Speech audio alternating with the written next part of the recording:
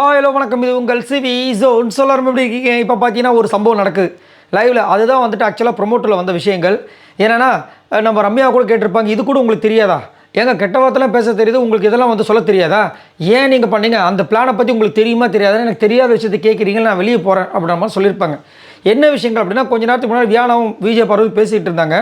But இப்போ தான் வந்து முழு விஷயமே தெரியுது. ஒன்றுமே இல்லை. அதாவது இவங்க தலை வந்துட்டு ரம்யா அசிஸ்டன்ட் தலையாக வந்து இவரை போட்டு விட்டாங்க, அவர் அட்வைசர்னு. ஆனால் அவர் என்ன பண்ணார், தலை மாதிரி எல்லா வேலையும் பண்ணிட்டு இருந்தார், சொல்லிட்டு இருந்தார், எல்லா வேலையும் வாங்கிட்டு இருந்தார். ஒரே இடத்துல உட்காந்து வேலையெல்லாம் செய்யாமல் உட்காந்துட்டு இருந்தார், அவருக்கு வேலை எதுவும் இல்லை. அப்போ விஜய் பார்வதி என்ன நினச்சிருக்காங்க, இவர் எந்திரிக்க விடணும், இவர் ஒரே இடத்துல குத்துக்கிழமை உட்காந்துட்டு இருக்காரு, இவர் எழுப்பிடலான்னு சொல்லிட்டு ரம்யா கிட்ட போய் ஒரு பிளானை சொல்கிறாங்க. என்னென்னா, பாத்ரூம்குள்ளே வந்துட்டு யாரதோ வந்து ஒரு டப்பாவில் துணி இருக்குது, அதை யாருதுன்னு போய் கேட்க சொல்லு அப்படின்ற மாதிரி சொல்லியிருக்காங்க.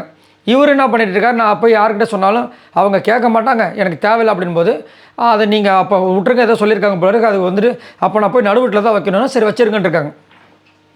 இது தப்பு தானே? நடுவீட்டில் வைக்கணுமா அப்படி கேட்கும்போது எப்படிங்க வைக்கணும்னு சொல்லுவாங்க அவங்க. அதை போய் வச்சுட்டார்.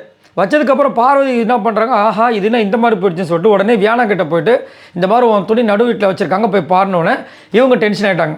ஏன்னா ஆல்ரெடி வந்துட்டு இவங்களுடைய துணி வந்துட்டு ஸ்மெல் வருது, ஏதோ சம்திங் போன வாரம் சொல்லிட்டு மன்னிப்பு கூட கேட்டிருப்பாங்களா, இவங்களுக்கு ஒரு மரம் ஆகிடுச்சா, நான் அவங்க கிட்ட மன்னிப்பு கேட்டிருக்கேன்னு விஜய் பார்வதி சொல்லியிருப்பாங்க.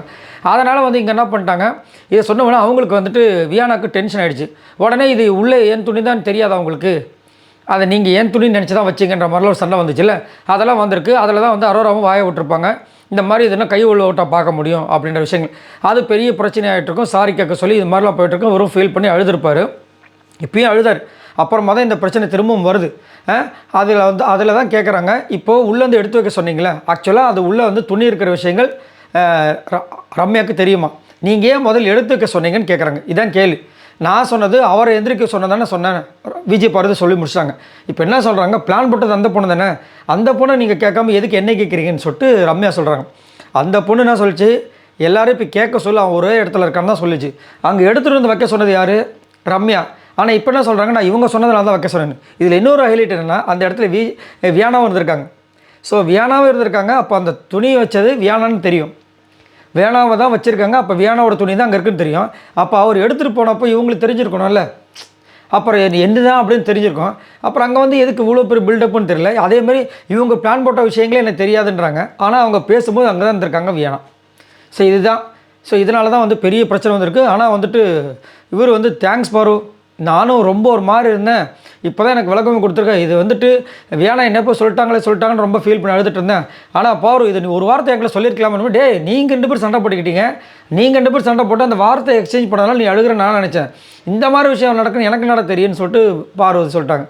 ஸோ கடைசியில் இப்போ என்னென்னா, அதனால தான் ரம்யாவையும் வியானாவையும் போட்டு கலாய்க்கிறாரு நம்ம விஜய் சேதுபதி. பயங்கரமாக இருந்துச்சு, செம்மையாக. ஆக மொத்தத்தில் பாரு வந்து ஒரு பிளானை போட்டாங்க. அந்த பிளானை வந்து திருச்சி அவங்களுக்கு ஏற்ற மாதிரி மாற்றிக்கிட்டது ரம்யா அண்ட் வியானா. இதனால தான் வந்து பெரிய பிரச்சனை பிடிக்குது. அதனால தான் நம்ம இவங்க ரம்யாவும் நான் வீட்டை விட்டு வெளியே போகிறேன்னு சொல்லியிருப்பாங்க. கதவும் திறந்துருக்கு, ஆனால் வெளியில் அவங்க போகல. ஸோ இதை பற்றி உங்களோட கருத்துக்களை சொல்லுங்கள். பாய் நண்பர்களே.